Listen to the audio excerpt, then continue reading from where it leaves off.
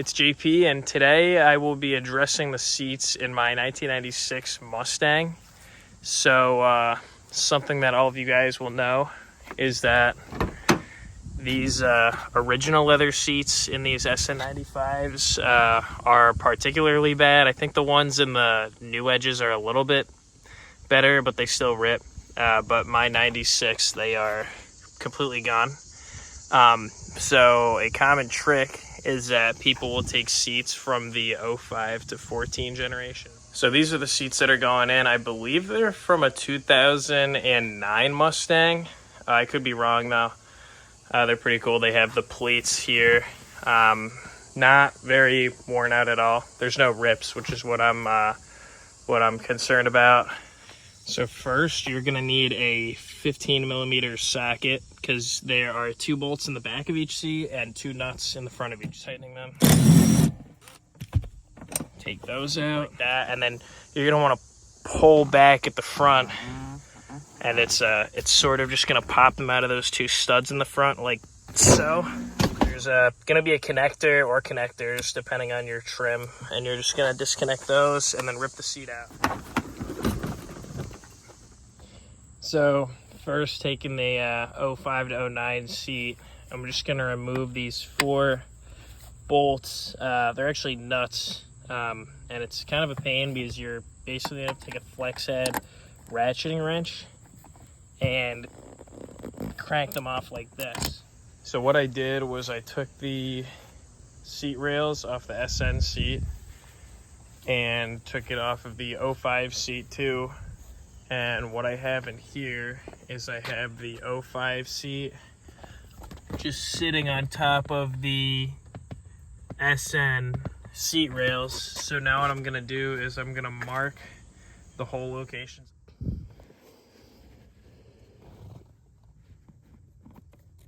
I'm probably gonna need some spacers since, as you can see, you know, these 05 seats sit a little bit lower. So I'll probably have to go to the hardware store and get like maybe 1/2 inch or 1 inch spacers. So we drilled the top 2 holes, and so we're gonna have a bolt come out with a 1 inch spacer on each side. And then we're gonna put the rail on and then line it up and mark the corresponding holes and then drill those as well. All right, so I just set the seat up and got it bolted in. Ooh, that's not good. I guess I have to tighten the back a little bit. But regardless, you know, everything fits.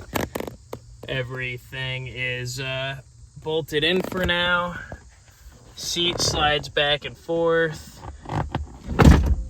Can't really get a good view of that. And now I am taking this driver's seat out and a bunch of stuff under my seat, including some stuff that I definitely never put in here. That explains all the cigarette burns in here. So what I have is I've actually taken the seat off of this seat track, and I took the controller out of my 1996 seat, and I'm just gonna do a little demonstration of all of the functions and just show what I'm about to fix. So this seat has the up and down and the back and forth functions, and they're both a little tighter, as you'll see. So first we'll go up and down, and you can see the motor is kind of slow, and then sometimes it just stops like that. And then the back and forth really doesn't want to work unless I physically pick it up and press it against something. And that's how I got it that far out. All right, so I went a little crazy with my wire wheel there on these tracks over here. So as you can see, a lot less corrosion. They spin a lot more free now. Same with the lumbar support, or I'm sorry, that's the up and down track. And also with the actual like back and forth tracks here, what I did, I didn't have any light oil, but I think this might have even been better. I just took some Marvel Mystery Oil and put it down the cracks when they were stuck where they were, and then just kept sliding them back and forth. Every time I'd get it, you know, to this point, I'd wipe all the dirt out from under there. I'm just gonna take my problematic motor out and see if we could pop the tabs off the back and then clean the inside.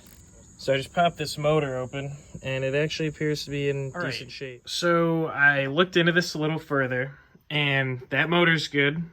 I obviously just have to bend these tabs back. So one thing that I noticed when I was trying to put this back together so I saw that these screw conveyors have a 4-point connector on them, and so I tried spinning this one, and see when it goes into that coupling right there and you spin it, see it's spinning in there, but nothing is happening. Sometimes it'll jump a little bit, like that, but nothing really happens. So I looked these up online, and there's a little plastic gear in there, and I think that plastic gear is completely shot.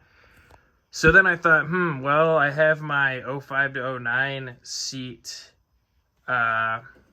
mechanical assembly right here, and I thought, I wonder if these would work. So I took a few measurements. The screw conveyor itself has the same amount of threads per inch, and it's the same diameter, so it should fit inside these blocks. So I'm thinking I might take the Sawzall to this thing and just take one of these out and see if it's the same connection right here. Worst case scenario, I ruin this thing that was scrap and I have on Facebook Marketplace for free just to get rid of it.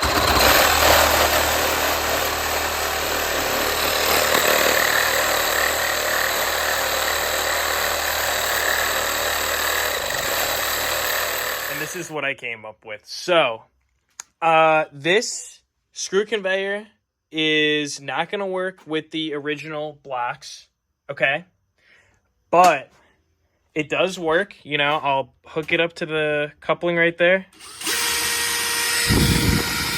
So it works.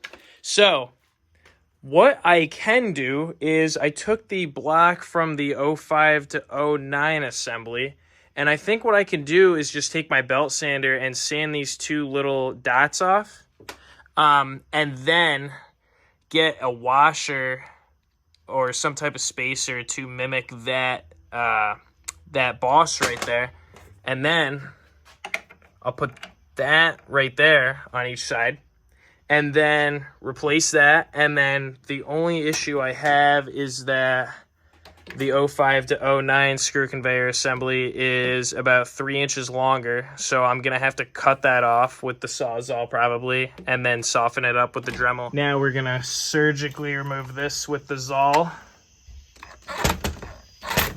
Probably need 2 hands for this. All right, so I took the 05 assembly and I put it in as it is intended, as the 96 assembly is, but it doesn't fit entirely. So I might have to sand the back of that part off, but I want to make sure I have to before I actually do it. But in the meantime, I took this gear apart, and you can see the reason it failed is because, yeah, she's ruined. So, yeah, that gear just broke right off in there, and yeah, that thing's done. So, good thing I didn't just reinstall it in the car. All right, so I had to hand sand this actually because I dropped my belt sander that I got for free 2 days ago, and it already is broken. So, anyway, so I had to modify this casing to accept this spring right here. So now when I put it in though, it actually fits pretty well. And I don't think I need the alignment screw right there because this spring lays flat on this case right there, so it just holds it in place, and the only reason it doesn't go all the way down is because it hits that cross member right there. So yeah, I'm gonna take my Sawzall again, cut that off, clean it up with my Dremel tool so that it doesn't give me any issues threading on the screw conveyor right here.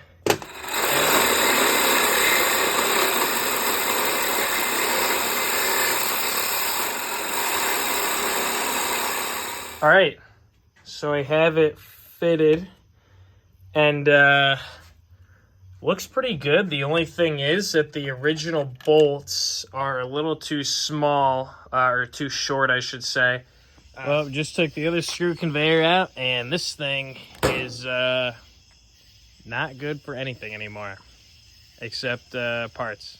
And the last thing left to do is cut this conveyor screw with the Sawzall. And you guys know why they call this a Sawzall? Because it saws all.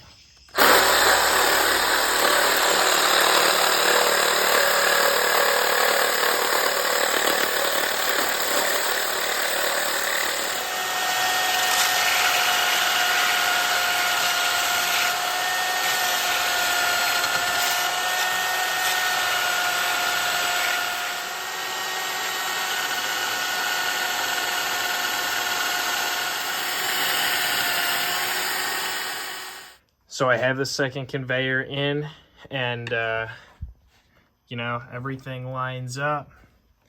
I also put the motor and the shafts back in for it, and the shafts are a little bent. They might be a little bit more bent than they were originally, but I mean, originally they still were pretty bent. I don't know if I'll cut any of the shafts out or if I'll just leave them like that, but... So I figured out a hardware arrangement that's going to work perfectly to keep these conveyor nuts centered in this track.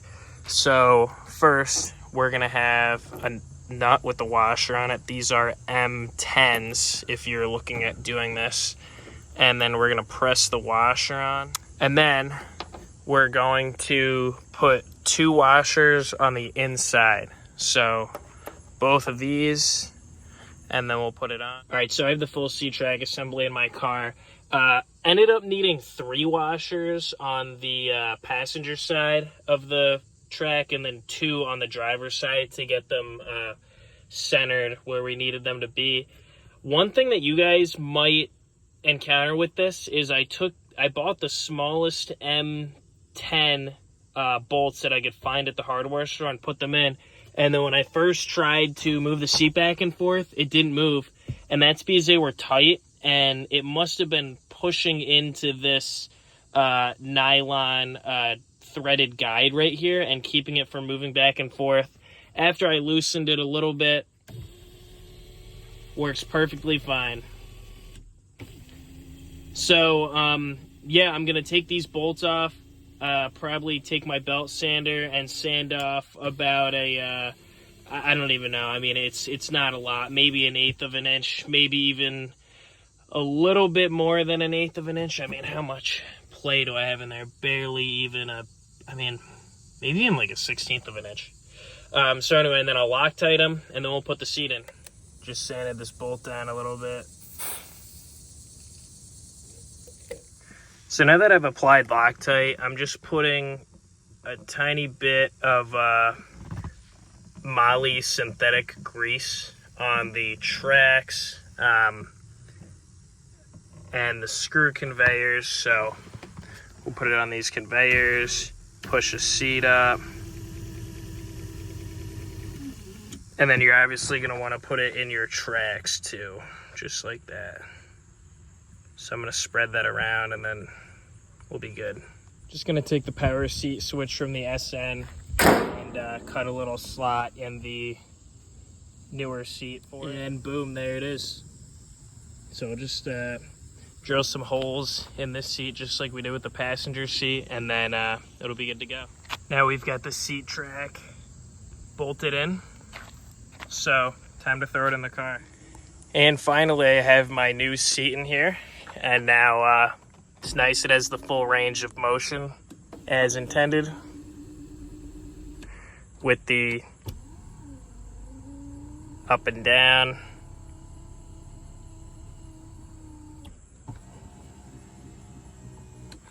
So yeah, pretty happy with it. Thank you guys for watching, and please like and subscribe.